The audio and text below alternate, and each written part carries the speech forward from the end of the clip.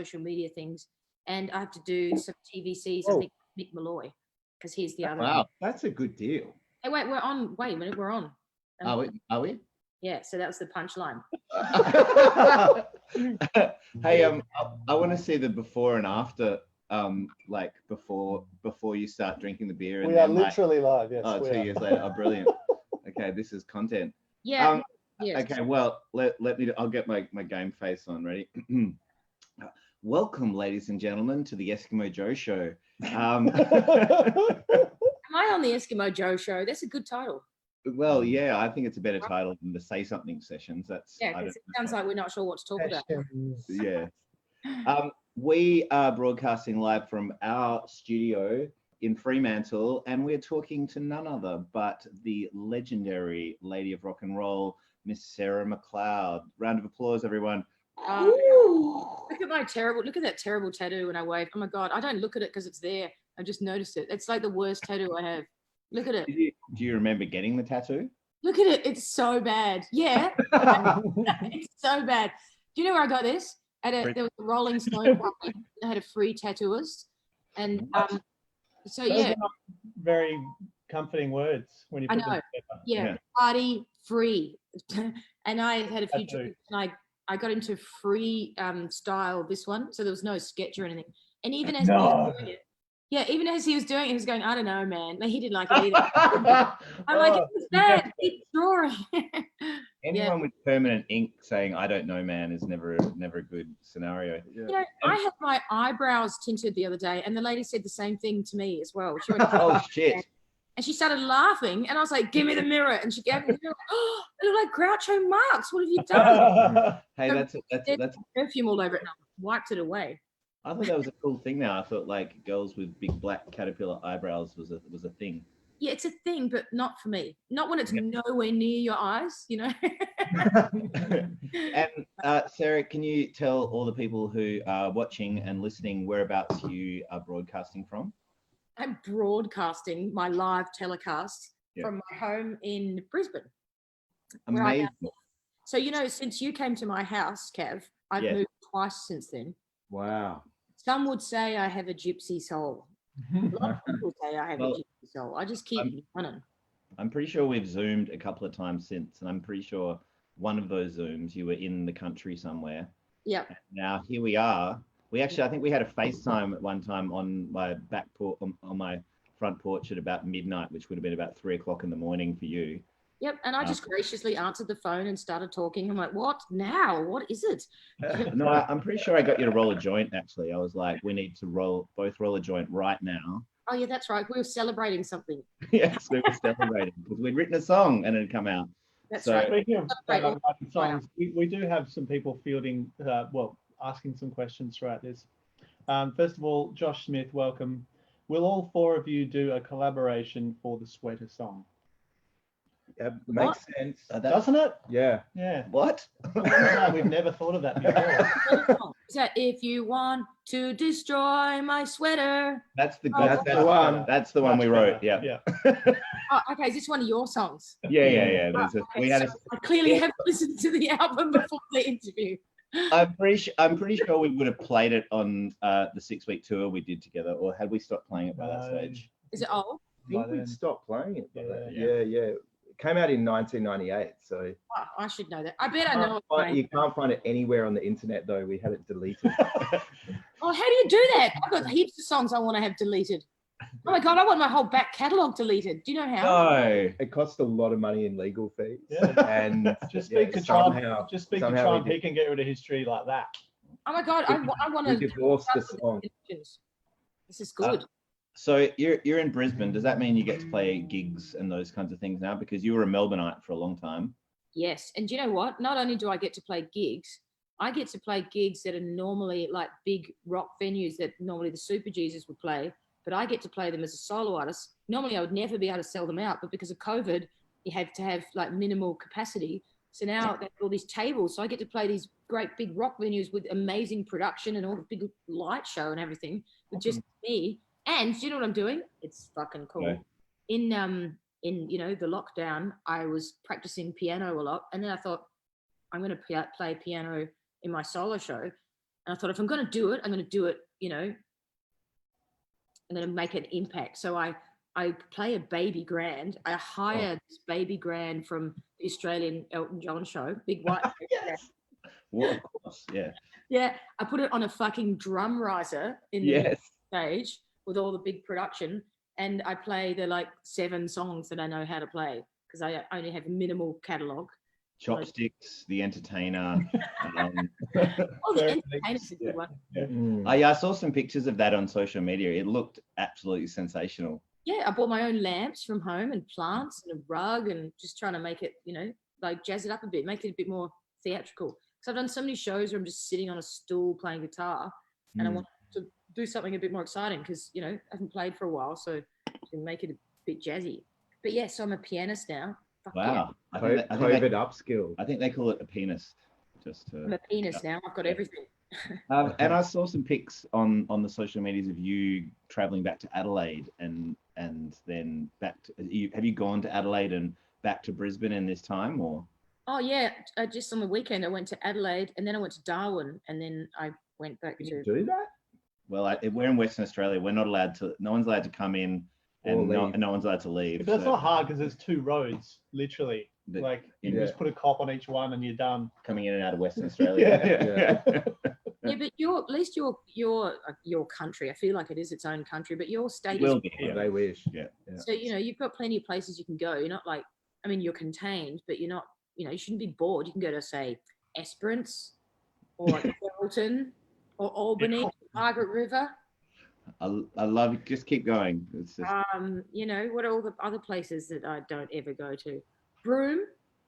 Broome's lovely. And so now that you are, all that you wanted to be with, can I just ask, do you do your show? Do you have a grand piano and do you're the first half of the show, then the second half of the show is you with a guitar?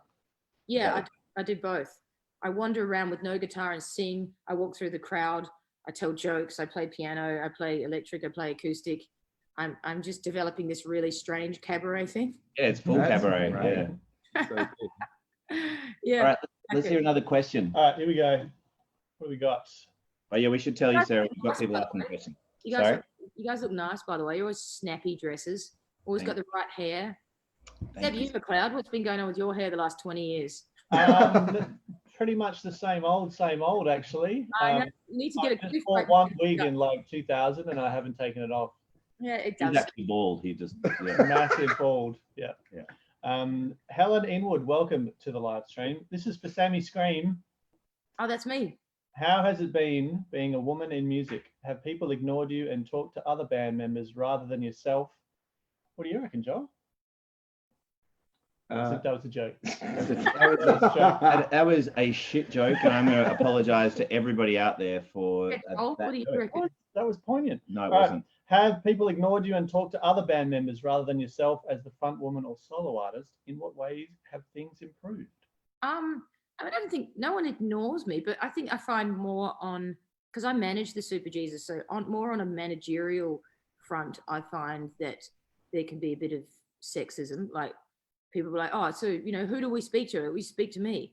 Oh, what's Ruddy doing? Like, you don't speak to Ruddy, speak to me about this. Like I'm sorting out the contract, speak to me. And there's always sort of a bit of, maybe it's because I'm in the band as well. I don't know. But and with crew can be a little bit weird sometimes. But with the general GP, they're always quite happy to speak to all of us equally. Sometimes even more me, like if I'm having you are the lead singer as well. Well, there's also that. It's very confusing. These very but has that changed? Has that changed over the last 20 years? No. I'd like to say yes, but no. It's always been the same. It's been the same from the get-go. I think people want it to change, but it's just still the same. Yeah. There's always that element of, we'll speak to the guys and we'll get it sorted and then we'll let you know. Yeah, right. Yeah, but I'm more intrigued of how you actually split your brain in half and be a creative as well as being the administrator, because that's what management is a lot of the time, is administrating the band. I mean, you have to put like a different headspace on. Absolutely. I've got to put a different hat on. And if I'm working on a song and emails at work, what I call work emails are coming through, I just completely ignore them. I'm actually a shit manager because when I don't care, I couldn't give a fucking rat's ass. And I'm like, talk to someone else, which is probably why they go to talk to someone else.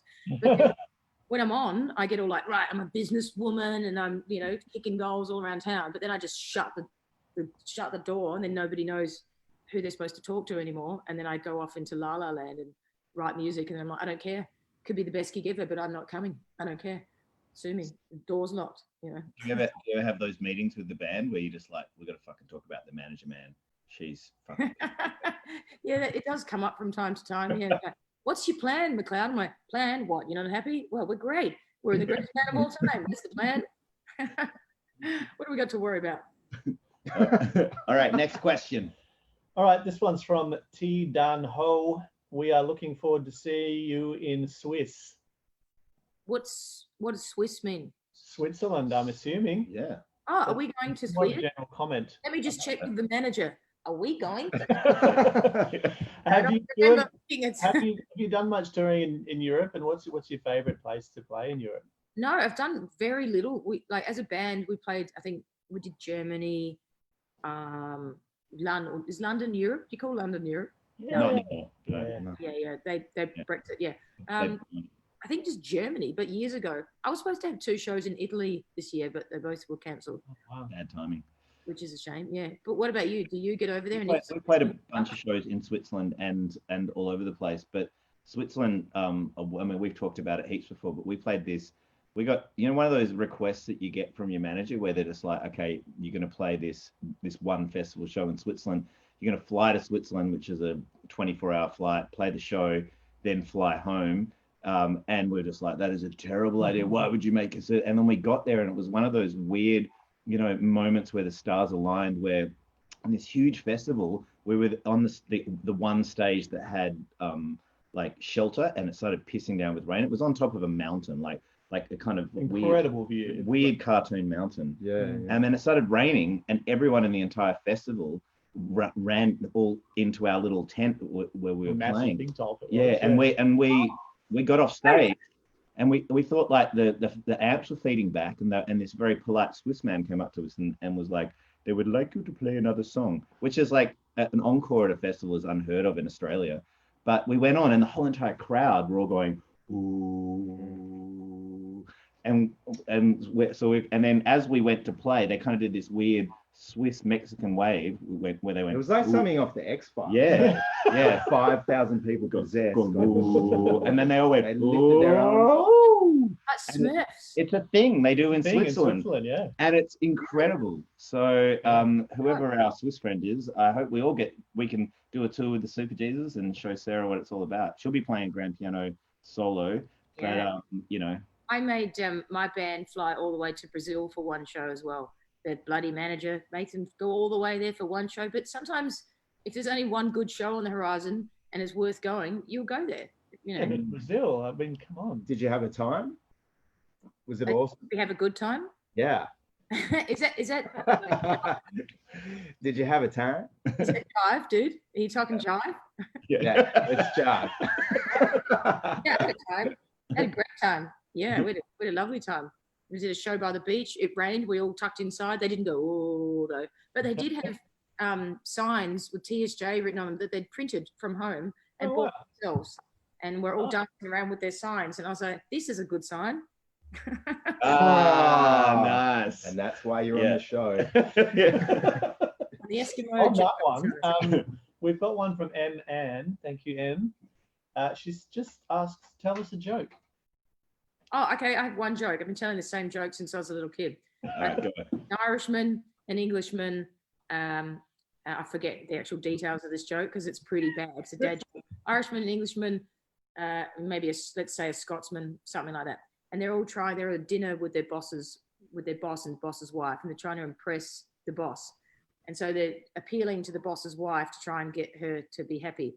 And so let's say the Scotsman goes, pass the sugar, and the Englishman goes, pass the honey, and the Irishman goes, pass the tea bag. Hey, that's a good one, right? Good. That's an oldie but a goodie. It's a bit of weird casual racism, but that's fine. Sorry about that, everyone. What beer are you drinking? I'm drinking from the Black Brewing Co. And our friend down the road gave this to us at 10 o'clock in the morning. We thought he was drinking it, but it turns out it was his bar, and he was like, I just got given these beers, and it's a banana split Dunkelweiss, and I'm about to taste it. And Dunkelweiss. Really nice. Dunkelweiss. The recent question was Craig Pratt saying, "What are you guys drinking?" Well, I'm drinking a Black Brewing Co. banana split. It does taste like banana. What have you got there, Joel? And a Sahi middle-aged man drink, 3.5. And just the standard Rogers. Yeah. So I'm drinking a Brick Lane Brewery watermelon and raspberry sour. Watermelon, raspberry sour. Watermelon, raspberry sour. It's bloody delicious. It's my new thing. Beer, but it tastes fruity. Yeah. Apparently, Seth Lowe is on the Bush Chooks. Good on you, Seth. Well, there you go. What's a bush? Do you know what the bush chook is? See, you wouldn't know what a bush chook is because you're not West Australian. The Bush Chook is an emu export. Oh, yeah, okay. Bush chook. Being an emu. I mean, it'd be like being originally a South Australian for a long period of your life, it'd be the equivalent of not a West End bitter. It would be a Western. Yeah, it'd be a Western bitter. Coopers. That's in Adelaide. Well, Coopers is actually slightly more highbrow compared to. No, but no one drinks West End bitter in an ironic, cool fashion. Well, all the hipsters drink bush chooks now, and I think it'd be a Coopers. All the hipsters should start drinking Brick Lane Brewery sour. Sorry. Well, the sour's going down well. All right. Anyway, next question that's not alcohol related is. All righty. Kath Masters. Thank you, Kath. Welcome to the live stream. Have you found COVID a productive or counterproductive period for writing and producing? Productive for Sarah. Well, yeah, I mean, piano pivot. do you want me to go first? Because I want to hear what you've been doing. This is all about you. You go. Okay, well, it's your show, so welcome to the show, by the way. Eskimo Joe show. I've spent most of the time just wood shedding it out on the piano, like so much so that because I can't read music and I don't know what I'm doing, so I grab the guitar and I find the shapes on the guitar, the notes, and then I go to the piano, go ning ning ning, and I'm working it out like laboriously, bit by bit.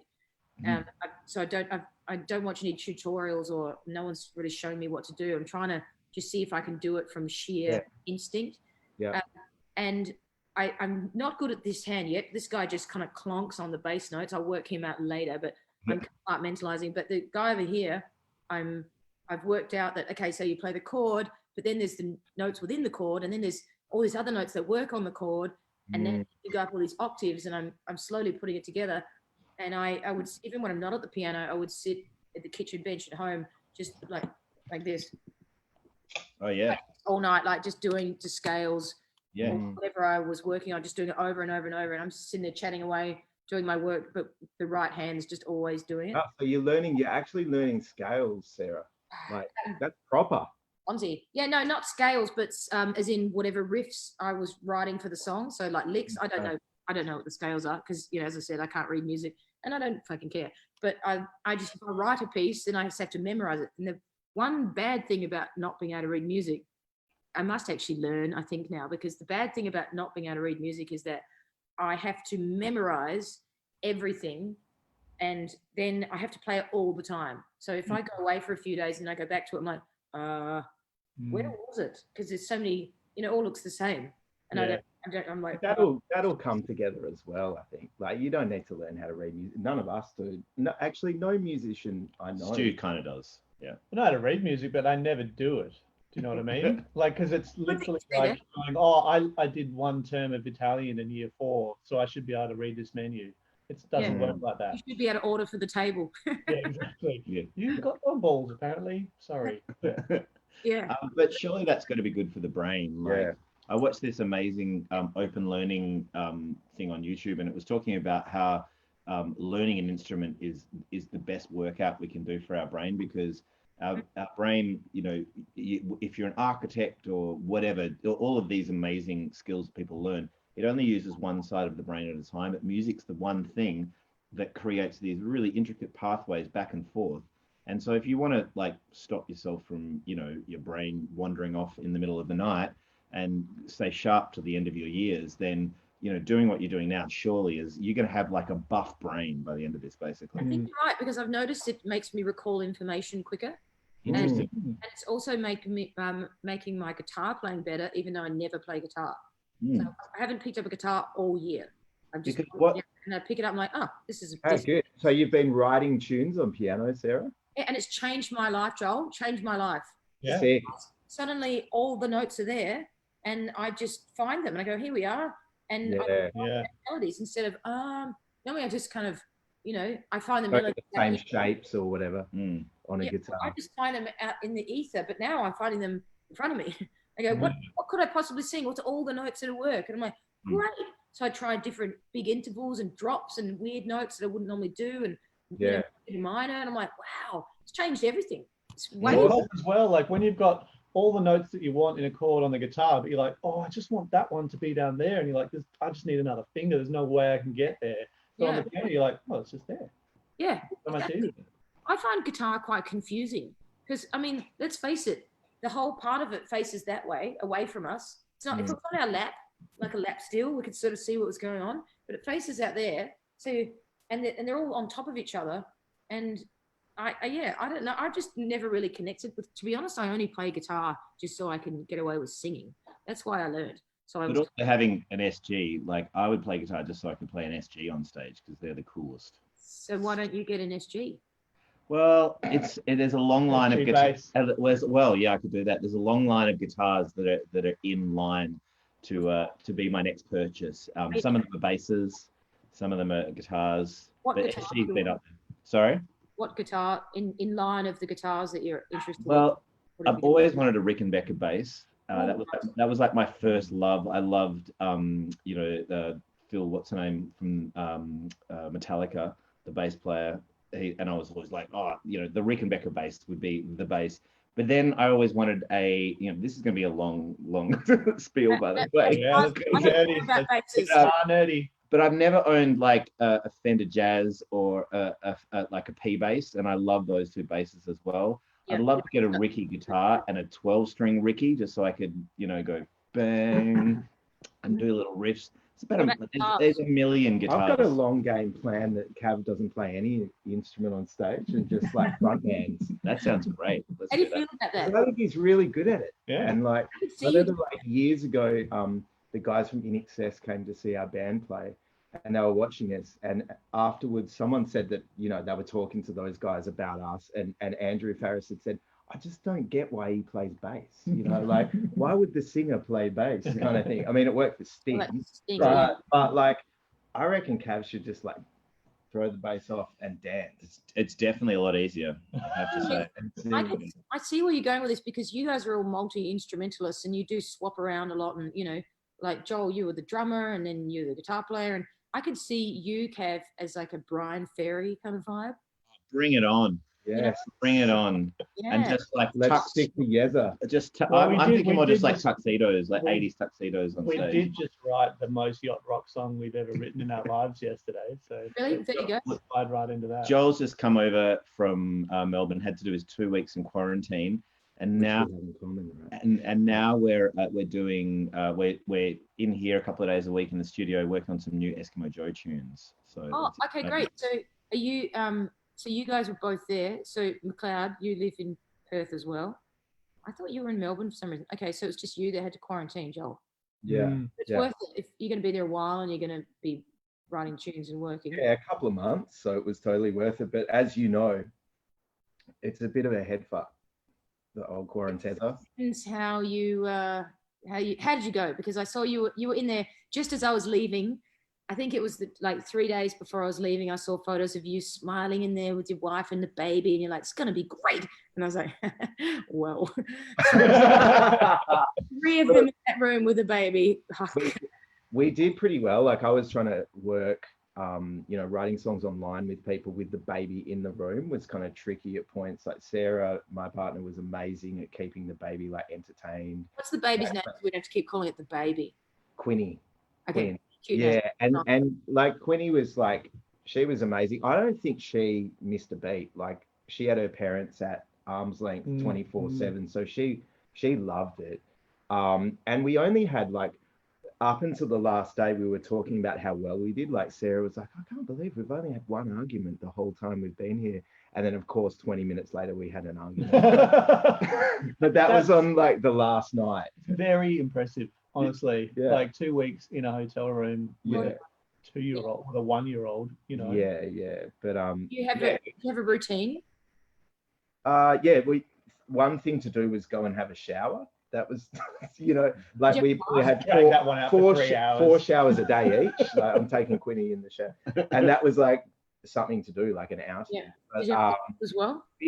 I don't think I saw your tips on your social media, and they made perfect sense. Like, you know, when you get out of bed, don't go back on the bed for the whole day. Like, set up a little space. I said dancing on the bed, which is do your work. Yeah. Do your work, whatever it is, and you know, those tips were great for us. Like, because you were probably in there for a week and a half before we started, so you know, we had those tips for most of our stay, and they were great, actually. But you were in there by yourself, which is a very different experience, right? Yeah, but I loved it. Yeah? Yeah, I loved it. It flew by. I was like, I'm gonna relax and just like eat lots of Valium and watch movies. It's gonna be amazing. No wonder it flew by. Like, what day is it? Oh, That sounds like a time. That's what I thought. I thought I was gonna like finally relax, because you know, I'm not much of a relaxer. I never relax. I'm always like, quick, what's the next thing? And I thought I'm gonna relax in there, and I only watched 2 movies the whole time I was there, and it's not because I didn't want to. I was like, I'll just quickly finish this and then I'll watch a movie, and then it's like 4 days later, I'll just finish this, and the meals would come, because they just can't stop feeding you. The meals kept coming, and like breakfast would be there. I'm like, oh, not ready for breakfast. I've just got to do this email, and then suddenly it's fucking lunch at the door. I'm like, I still haven't touched a bit more. I'm like, I've got to do my afternoon exercises and dances on the bed, and then there's dinner. I'm like, I've still got breakfast and lunch here. So I started a little shop in my I was worried that I would run out of food or be hungry or whatever, so I would keep everything like I was in, you know, like in some sort of lockup. I mean, it wasn't lockup, but like I was in a bunker or something. And I would get all the cornflakes and I'd line them up, and I'd, you know, dust all around it, and all the salads, and I'd line them up, and the biscuits and everything. So it was like a little supermarket. And every day I went through and dusted everything, because there's no windows. Yeah. And they said that you could go outside if you want to, and a policeman would come to the door and take you for a walk. But I decided that you know, anyone can survive if you go out with the cop. I wanted to try and survive in there without ever breathing, just to see if I could. As a human case study. And I got 12 days into it, and I thought I probably should. This joke about seeing if I can survive, like, who am I trying to impress here? Let's be honest. I haven't even told anyone about it. I'm getting no kudos for the fact that I can't breathe. I should probably just go. So I made the call begrudgingly, and the policeman came to my door, and he took me for a walk with some other bloke, and it was awful. I hated it. It's like a tiny roof that was like a cricket pitch, and it was creepy, man. People just walking up and down in masks. Oh my like a jail yard something. Walking up and down, and I was like, hello. I was trying to talk to them. Hello. Oh, hello, because I hadn't talked to anyone. So hello. But everyone's got headphones and no one wants to talk to me. I'm like, okay. And then I was up there about 30 seconds, and then I went up to the cop and went, can I just go home now? Yeah. No one ever says that. I'm like, I'd like to go home. Yeah. And I shut the door. I'm like, I'm back. Yes. When you're hanging out with a cast of 1984, you know, the book, you want to go home. I want to get out of there and go home. Yeah. Is that George Orwell? Yes. There's George Orwell. Well done. I wanted to ask you about that, because we didn't have that option. I called probably 4 minutes into getting into the room and said, like, can we get some fresh air? What's the rule with that? Because we'd heard that in Brisbane and Adelaide and those places, you could get 15 minutes under supervision. They're like, we'll see you in 2 weeks, sir. Like, you cannot leave the room under any circumstances. They're doing it. They're serious about it here in WA. Right. So at least you had the option, but yeah. You know, I don't want the option, but it's good to know you have the option just in case. Yeah. Did you have? I know we're harping on this, but it's interesting. Did you have a balcony? No. No windows that could open. Yeah. I'm sure that would be a standard thing, because they wouldn't be like, let's give a balcony and then someone's going to make a Spider-Man run for it, I reckon.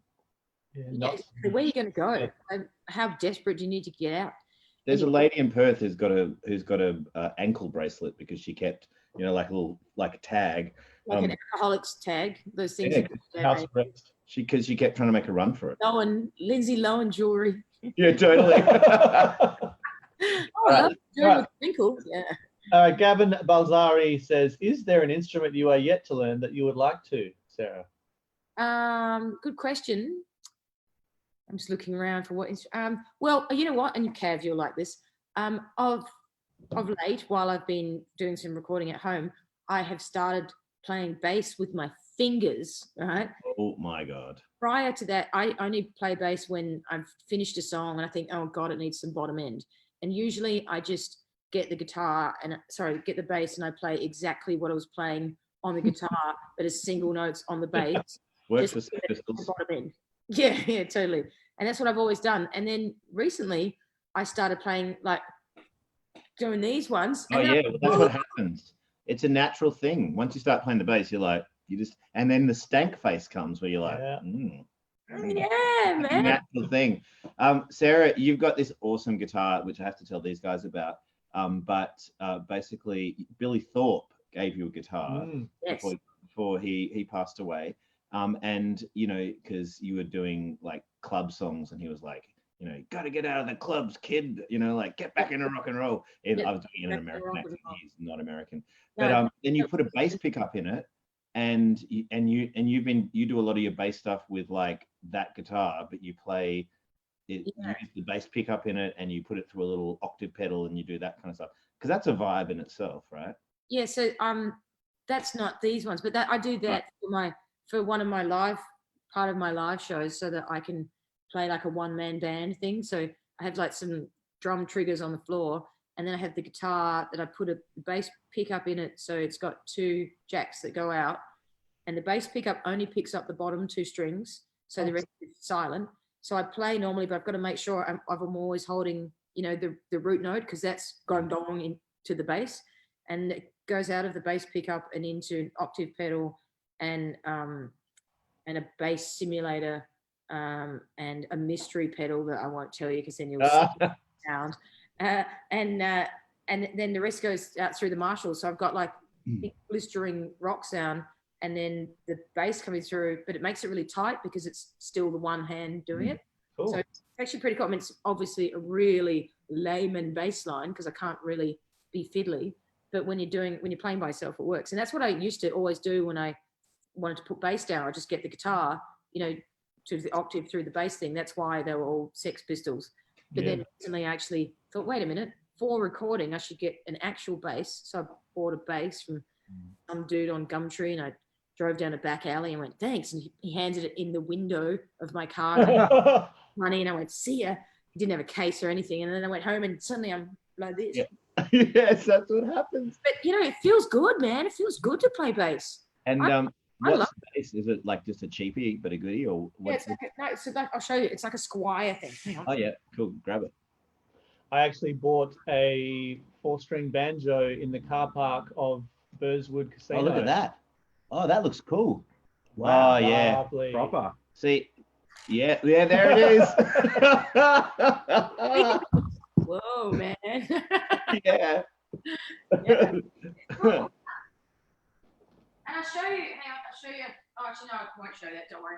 I was going to show you something, but I've changed my mind. So this is literally just for you and I, and no one else listening. All these guys will actually give a shit. But I walked into a music shop the other day, and they're starting to make all these little synth modules now, where you can, send your MIDI out through different little synth modules, and they sound amazing. And I walked in, and they had a wasp.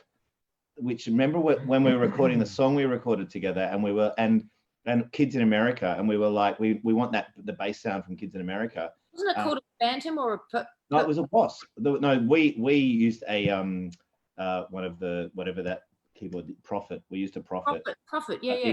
But on Kids in America, the keyboard that they use and that is a wasp. And I walked in and I saw it. I was like, oh my God, it's a wasp. Did you buy it for me? No, Christmas? I thought about buying it. What? No, I want that. Where is it? There's a long list of guitars and keyboards that I want to buy. And me, I want that. So far, I own one keyboard, so yeah, I'm not doing very well on the keyboards. Do you know, Next question. I've just bought for my tiny apartment. What? This is the most indulgent thing ever. Yeah. I just bought it's on back order because they're not coming in until next year, but I just bought a fucking baby grand from Yamaha that is going in my tiny apartment in the corner. That is awesome. How are you gonna get in there?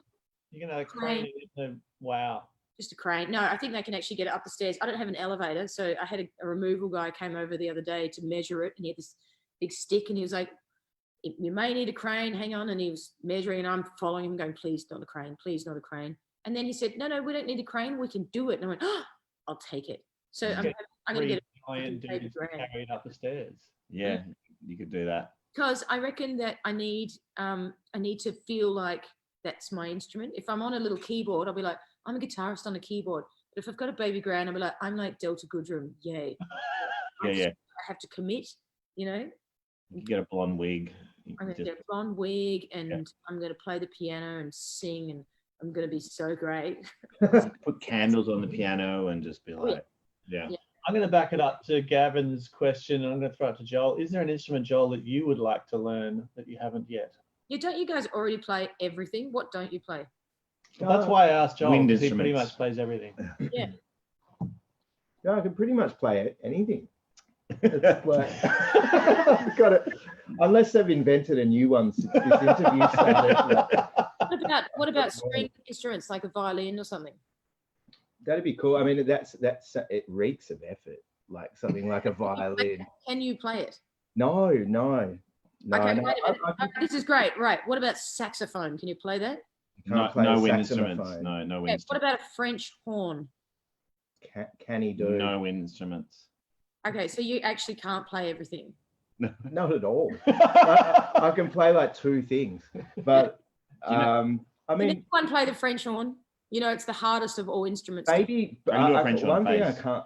I've never played is baby grand piano. You I know. get out of it. I'm sure you played a baby grand. You can play piano. I've seen you play piano. I played a grand piano and an play in the upright, studio. never a baby grand.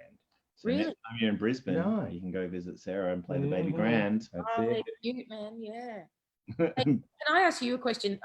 You know, you said that you guys are in there writing together. Like, just because I'm competitive and I feel like Superjesus hasn't released a record in ages, and you just put out something and now you're doing it again, and now I feel like I'm behind. Are you like overachieving, or didn't you just put out a record? We put out a No. song, Just and one song. and we're gonna stay with that whole vibe.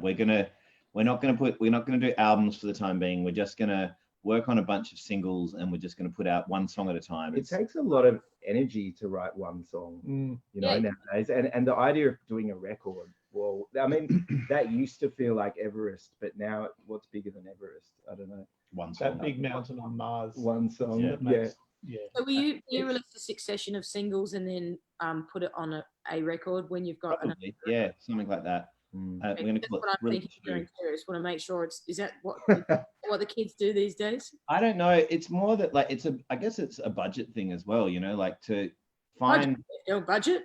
Well, we have a studio, you know, and if we track a song properly, all we need to do is pay someone to master it and mix it, and you know, and we could essentially mix it ourselves if we really wanted to. But it's nice to have a bit. Well, Joel could mix it ourselves. Yeah. Yeah. Joel, you've got two producers. Are you a producer as well, Stu?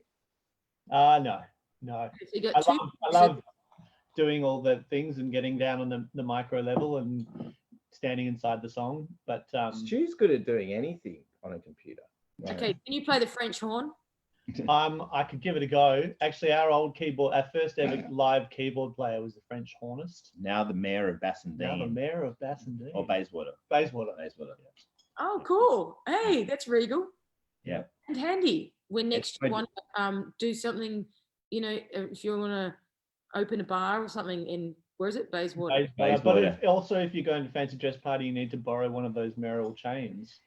Oh, has he got one of them? Did he wear it on stage? You should have you know what you should have done? I know it's a bit late now because he's gone, but you could have called him the mayor and make him dress like that. So you like introduce yourselves and special guest, the mayor. I'm sure he'd be up for it. I think it happens in the opposite way. He's now the mayor, and he goes, "Oh, and I played keyboard in Eskimo Joe." So you know, When he's at mayor duty, he's like, "I'm from Eskimo Joe." Oh yeah, by the way, you can totally put that stop sign there. Yes, exactly. This is not after the fourth part. Yeah, that's right. Yeah. Yeah. All right. Next question. Next question. All right. This is from Leona Billy and Joe Greedy. Did you enjoy playing the role of Jimmy in American Idiot? Oh, I did. Yes. Hey, have you guys ever done any acting? Yeah, that's actually where Cav and I started, was in theatre arts. And then I realized first that I was a shit actor and much better at music. Stu's still amazing at acting. So, but It's yeah, fun, he hasn't pursued it. You could have had a career, my friend. I could have been a contender. Yeah. Just have a career. Don't be rude. My last acting role, I had to simulate masturbation on stage. Oh, no wonder you don't like it anymore. This is the second. This is live from the last stream. show. This is the second live stream in a row he's mentioned that. Yeah. Well, it was traumatic. It is. Yeah. I want to ask, but I don't know if I want to know. Was it a play or was it just something you were doing at home? It was it was street theater. No, it was a play. It was during a play. We were chatting last week. We were chatting to the chap who conducted our orchestral shows that we did, and he had done a lot of work with a chap called Tim Minchin. Yeah, he's great. Yeah, and so we did this play together. He's a Perth guy, and he played my dad in this play. You played with Tim Minchin. Yeah, and the guy who wrote it was another ex-muso guy who was a playwright, and I had to play Tim's son. And halfway through this argument, when it gets really heavy, I had to just start masturbating on stage. It wasn't in the script, but he just ran. It was getting heavy. Cav's like, you know what, default. Hang on, I'm not worried about the masturbation. I'm just worried that he's masturbating with his dad. Why? Well, exactly. With the dad dad. the dad had come back after years of being an absent father, and he Oh, thank God you're back. Yeah, exactly. I'm so excited. I don't like that play at all. No. I didn't like it either. I had to go see it, and it wasn't fun. That was the moment where I decided I wanted to be a professional musician. Yeah. No wonder that put you off. My They experience. actually had a live band playing, didn't they? Oh yeah, Tim. That was when Tim started to do his comedy music thing, And that's when you were like, yeah, that's what I want to do. Yeah, no, not this. But enough about my failed acting career. But Sarah, how did you? Was that your first bit of acting you'd ever done? Because it was a big production. Yeah. Oh, I mean, I did school plays. Yeah. But that one was actually pretty easy because there wasn't a hell of a lot of lines. There was a lot of singing and a lot of moves. What am I missing? What are you showing me there? Our managers just said we should get Tim Minchin on this. I can tell this story again. Sorry, no, but I was intrigued because you did it, and there was also Phil Jamison did it, and Adelita did it as well, which I didn't think she would be up for that so much, but she was great. It changed our lives. Max and I always talk about how it made us look at performing live differently. Okay, great. Instead of sitting out going, I was going to play the songs. We both developed, because we've spoken about this a lot since, we both developed this sort of air of sort of performance commandment from being made to do it and being shown how to do it. That's great. Bringing it into the normal rock and roll thing. But then you did another theatre performance in Brisbane after that, and you now live in Brisbane. So was that what led you to live in Brisbane? Was going and doing theatre up there? Kind of, yeah. Like, because I sort of fell into this thing with there's this theatre company up here called Shake and Stir, and they did American Idiot, and they did the next production, which was Jane Eyre, Charlotte Bronte. And so they said to me, like, they're great guys, I love them, and they said to me, do you want to be in this performance? We want you to play. Well, first they said we want you to write all the music for it, so I'm writing the score, and then they're like, we actually want you to act in it as well. And I was like, yeah, okay. And it started off, I thought it was you have to write 2 songs and play 1 character, and in the end it was I'm playing 5 characters and I wrote a whole album. Wow. I'm on stage with a piano, and I would sit at the piano and I'd sing a song, and then I would jump, or I have to slowly creep off this weird theatre thing. We've got to walk really slowly, like they don't notice that you're leaving.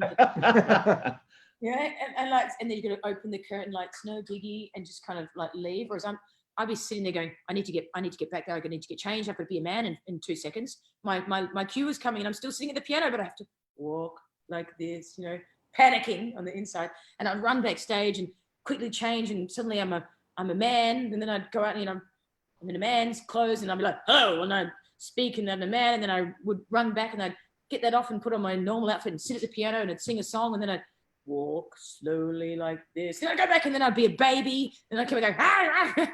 And then I'd go back to my piano clothes and play on the piano, and then walk slowly. And then I'd go back in again, and I was a crazy woman with this like big fucking wig, like screaming in the attic. And then I'd go back and put my normal clothes on, walk slowly. It was like nonstop. It was like 2 hours of total schizophrenia mixed with music. And at the end, the whole set set on fire, and I had to climb this fire tower and stand at the top, like singing opera while I was burning to death with my wig, and like while everything's like, it was amazing. That's expensive. It was expensive, but it was amazing. The coolest thing I've ever done. Very, very brave move. I feel like, you know, as musicians, you know, we're very good at playing one role. We're very good at playing the character that we play when we get onto stage, you know. And if we're clever enough, we take that character off when we step off stage. But we're good at playing that, you know. Clever enough, we develop that character, like how you're going to become Brian Ferry. Yeah, exactly. Yeah. Slowly we all eventually become Brian Ferry. But I feel like we can only hope. We can only hope. But I feel like there's always been a fascination between actors and musicians, because musicians are kind of like, they're still playing a part, but they're like for real, you know what I mean? They're playing themselves, but an extension of it. And actors, you know, play all these different parts, but they never really get to play themselves. So there's this weird kind of dance that actors and musicians do. I think they kind of just let a little bit of themselves out in each role, because otherwise you're not going to believe it. Yeah, exactly. Oh, of course. I mean, they're artists in their own way. Someone like Johnny Depp, an amazing actor who clearly has always wanted to be a rock star. Yeah. Totally. He's always looked more like a rock star than any rock star. Yeah. Sorry? Russell Crowe is cut from the same ilk too. Oh, yes. They always wanted to be a rock star. I read a review once of Russell Crowe's 30-odd foot of grunt record, and it just said 30-odd minutes of shit. Shit sandwich. Yeah. Shit sandwich. Yeah. Wasn't that a Spinal Tap record? He's done right, though. Sorry? Yeah, he's all right. Isn't that a Spinal Tap record? No, yeah. Shark Sandwich. Sorry, Shark Sandwich. Yeah, that's right. You can't say that.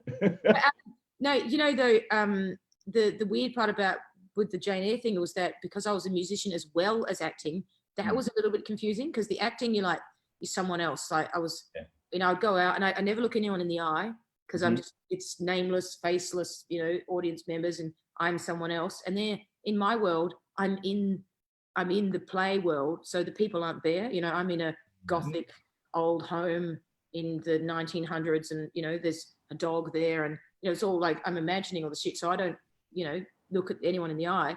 And then when I get to the piano, and then I totally break it, and I'm looking people in the eye, and I'm singing to them, you know.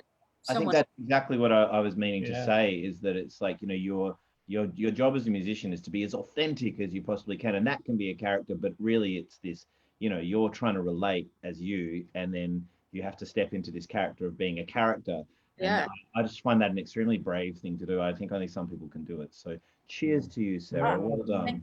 No, it's actually really fun. It was the most challenging, terrifying thing that I've ever done in my life.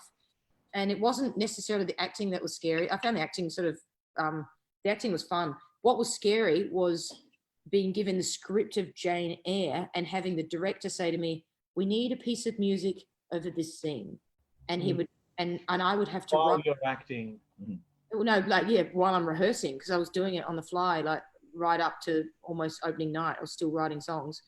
And so I would have to, because it's like people study Charlotte Bronte at uni, you know, like, and I'm writing lyrics that are meant to be her innermost thoughts and what's going on in the play, but, you know, but not from the script.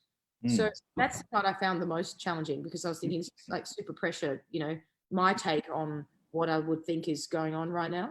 Wow. That was the scary part. And and so did you end up recording that record, or that just happened in the moment? No, we've recorded it, but we've never put it out, because the idea was we did 6 weeks up here in QPAC, and then we were supposed to be touring for 7 months, the show. It was supposed to start at the beginning of next year, because of COVID. Who knows? It's all in a holding pattern, and I haven't gone back to the record. I haven't even listened to it. Well, I hope for everyone that you put that out, because I'd love to hear it. Yeah, me too. There was some cool piano bits. You guys have been doing some recording together. We record did. making. We did. Well, we first got to do some jams doing the Hat Jam podcast, which was great. How And good's then, Hat Jam? sorry? How good's Hat Jam? You still loving it? Well, because we're stuck in Western Australia and no one in Western Australia wants to do Hat Jam. It's Did you do it with Dallas over Zoom? I did a Zoom one with Dallas, which was great, and lots of work for the artist as well as myself. And because, you know, podcasts are this weird thing that they don't make any money. They're just cool. You know, they're just at least they take a lot of your time and work. Exactly. They take a lot of energy, and to do it over Zoom was a lot of work for the artist as well. And Dallas was an absolute champion and did it. But we are planning on doing season 2. So Sarah, you were in season 1, and it was awesome. And then the song that we did on Hat Jam, we released. Yeah, we went. Yeah. That's we went a great into result. And which is great. And I was looking forward to going and watching the Killing It tour just based on the tour poster alone. The tour poster was awesome. So what are you going to do with that song now? I mean, because you didn't get to tour, everything shut down. That was March, right? Yeah. What am I going to do with it? I don't know. Nothing, I guess. Just write another song and move on. Yeah, right. Ages ago now, you know, like this world moves so quick. If we don't do something with it straight away, I mean, you know, at least it's out. And I suppose I should probably play it at the gigs. But I wrote it. I put out another song since then. Have you seen my piano song about Chachi? Yes. Oh, Chachi. Yeah, my dog died. Chachi, and yes. And I wrote a song for her, and it's healed me in spades. Like I'm actually okay. Don't get me wrong. I'm okay because of the song, and it fast tracked my healing. I feel like I wrote something that would connect us forever. And I tapped into some sort of higher thing. So now we're always like an invisible brain chord. And every time I play it, I think of her and I know she thinks of me and we'll be connected forever. So I'm okay in my human world while she's in that other world. The song connects us. Yeah, no. Was there mention of broiled chicken in there?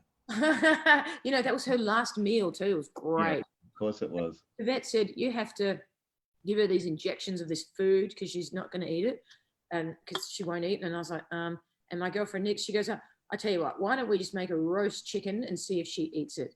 I was like, she's not going to eat it. We've got to give her this injection stuff, and she ate all of it. And I was like, well done, yes. That's a great last meal. Yeah. So Ken Lane says that song is beautiful, Sarah. Yeah. Thank you. Yeah, we get a lot of tears. There's a lot of tears when I play that one live. When I first played it live, it was only like 2 weeks after I'd written it. So I actually like started bawling at the end of the show, and my friend had to come and drag me off stage and God! I can't get off. I'm stuck here because I went like that. You know, you go down to hide it. Yeah. And I'm stuck out here and I don't know how to get off. And luckily he came over and got me and whisked me away. And then I had a quick moment. I was like, sorry. Have you ever had that on stage before? Ever just actually gone full real breakdown times? I've never done it. I've always managed to keep some kind of acting skills required. Yes. Yeah, but I've never had a song that made me. I've never written a song that emotional ever. And you know, cool. I was always wondering if I could write one. I never felt like I never was sort of hit hard enough with anything to, you know, write something that was that emotional. But this hit me hard, and then I was like, well, it's now. And now I can relax and just go back to frivolous pop songs. Yeah. Now you can finally pursue your first love, which is playing the bass. Yes. Yes. Got to practice your stank face. Yeah, I do. I love the bass. I mean, you know, I might even buy a bass amp soon so I can really piss off the neighbours. Yeah. Excellent. Well, I've got some good suggestions. You do. Catherine Harity, welcome to the live stream. For those of you coming on the screen. For those of you who don't know who Kath is, she's our manager. Yeah. She's Eskimo and Joe's manager. Hi, Kath, we love you. And realistically, she is the fourth member of the band. Yes. Behind the mayor of Bayswater, obviously. Yeah. Catherine Harity says, "What's your favourite memory of playing together?" Oh yes. Us? Yeah. Well, we did a long 6-week tour, but do you have any memories of us that you can say? You were pretty drunk that whole tour, so. I remember a few things I'm not sure that I should speak about. Yeah, that was all my memories. I'm trying to think of something highbrow that we can talk about. What was that tour even called? Does anyone know? Oh, well, it was Joe show? sorry? Was it the Eskimo Joe show?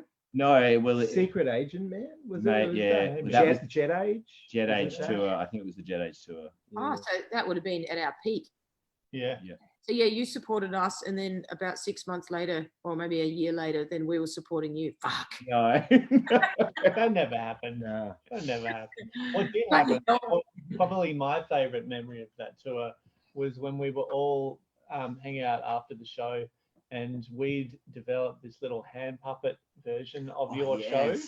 And we of each member of the band. little like characters, and Wait, we it's showed bringing girls. it to you guys, and that we just fell so flat. It was ridiculous. You guys were like, "What the hell is that?" We thought it was hilarious. No, it was a classic in-joke thing, and we did the whole thing, and we had like Tim Henwood looked like this. Yeah, he was Tim just Henwood was like that. yeah, Ruddy was like Ruddy this, was like that. and he would like go down the stairs and start chatting to like someone in the front.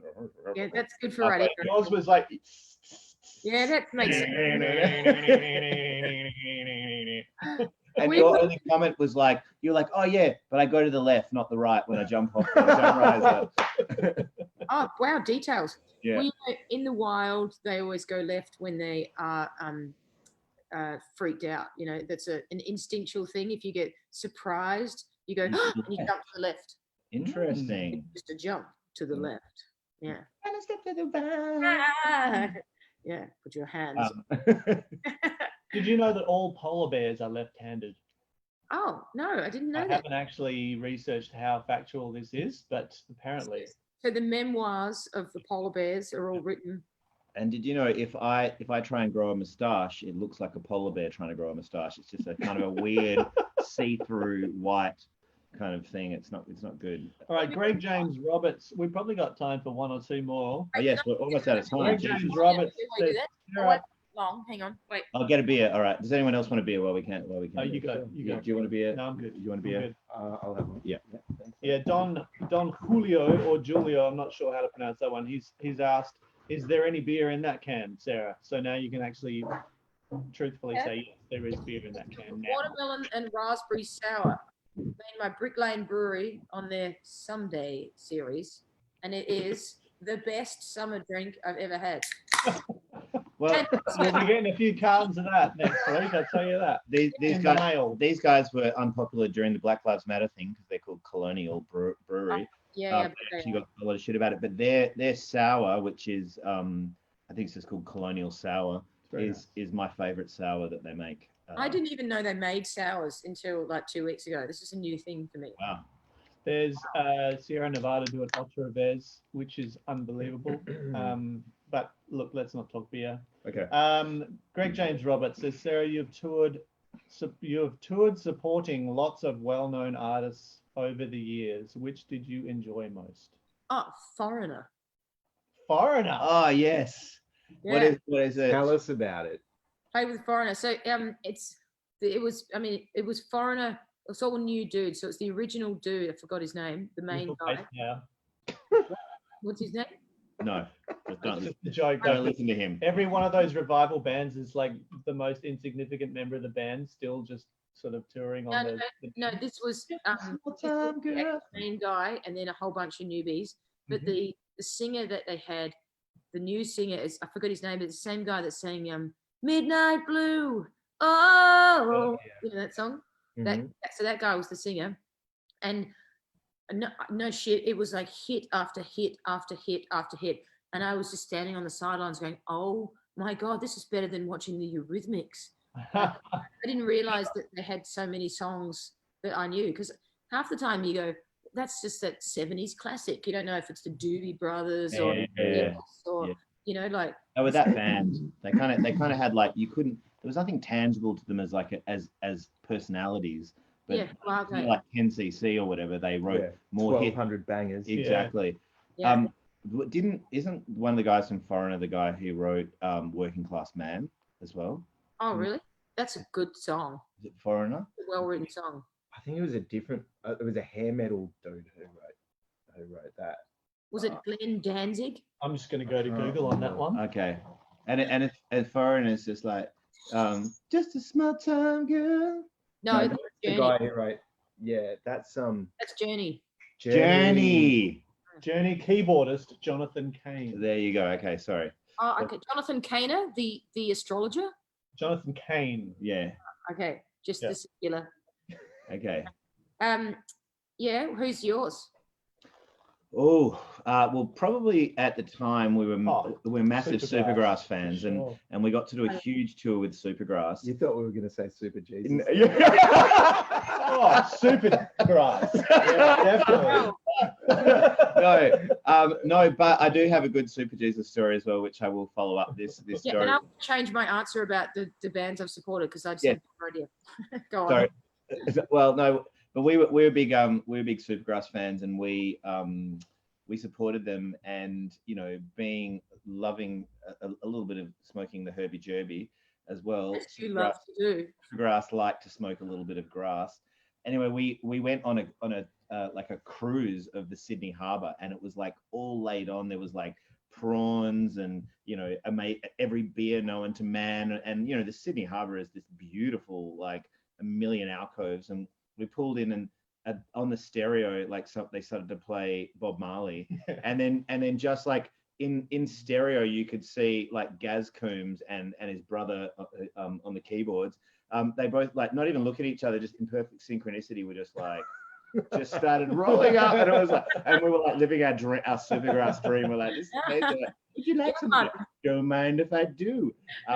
But the Superjesus, the first time we saw you guys play was actually I should have brought in my photos. I've got all these photos they took on some like little instant camera thing. But it was Livid Festival 1997. Oh, wow. And we had just we played out, it was our 4th gig, and we just won the campus band competition. And our prize was to play at Livid, and we were 7th gig, okay. Sounds better, 4th gig. But anyway, 7th gig, and our prize was to play at Livid.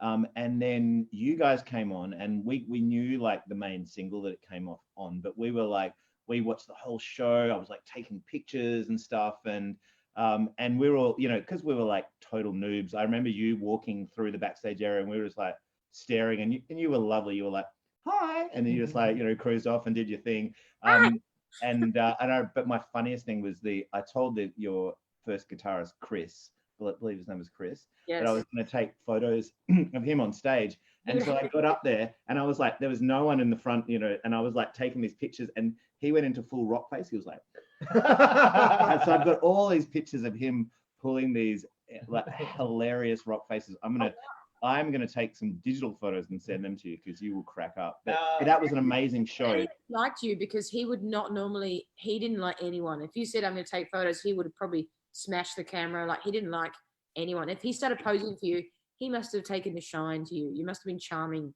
Well, we were wide-eyed, and we were pretty happy to be there. But you guys had a killer show. Like you were just coming up, like Sumo had just come out, and it was like the classic, that Australian band thing where you hadn't quite earned your stripes to be on the main stage, but everyone rammed into the big top at Livid in Queensland. And they're the good moments where you're on the rise and you've got the buzz, and you don't play the big stage, you play the little stage, but everyone comes to see you. You always. It wasn't even a little stage. It was still a huge stage. It was the big top. But on that note, Sarah McLeod of the Superjesus and the Baby Grand, we are going to have to leave you because we've run out of time. And we could just probably keep drinking our delicious beers and doing this all night. Thanks for having me. Just quickly though, our 4th gig was actually a support. It was supporting Cake. Cake, that's right. Yeah. Oh, and a long jacket. That's right. Yeah, that's the one. What an intriguing cliffhanger that is. Yeah. Long. What? Oh my God. Yeah. I'm so fascinated by that cliffhanger. What a hook. They also played Livid. Oh, what is it long? What has he got that's long? Jacket. I had lots of pictures of him backstage as well at that same show. They played, I think, that same stage that year as you guys. And I've got all these pictures of him. He had this like one move that he would do. Remember he always wore that little hat? Yeah. Anyway, with his shitty beard and all the rest of it. What? Last minute side swipe. And on that bombshell, Unnecessary, but Let's hope he's not watching. thank you everyone for Sarah. your questions. Yes, thank you everyone for watching the Eskimo Joe show. You know, we managed to be offensive as On always. Eskimo Joe show. You need some sort of like jingle. Eskimo Really? Joe show. You've just written it. There it is. It's right there. Sarah, you were charming and beautiful and amazing as Thank you very always. much, fellas. We will stay tuned to whatever new music you guys decide to Stay put tuned out. to this station. Yes. Me too. Cool. All right. Signing off, everybody. Thank you very much for See ya. coming. We'll see you Yeah, later. mate. I do it. You do it. Okay. This is the embarrassing bit where I hover over the pause button. Bye. Bye. Bye. Love Bye. you. Bye. Bye. Bye. Bye.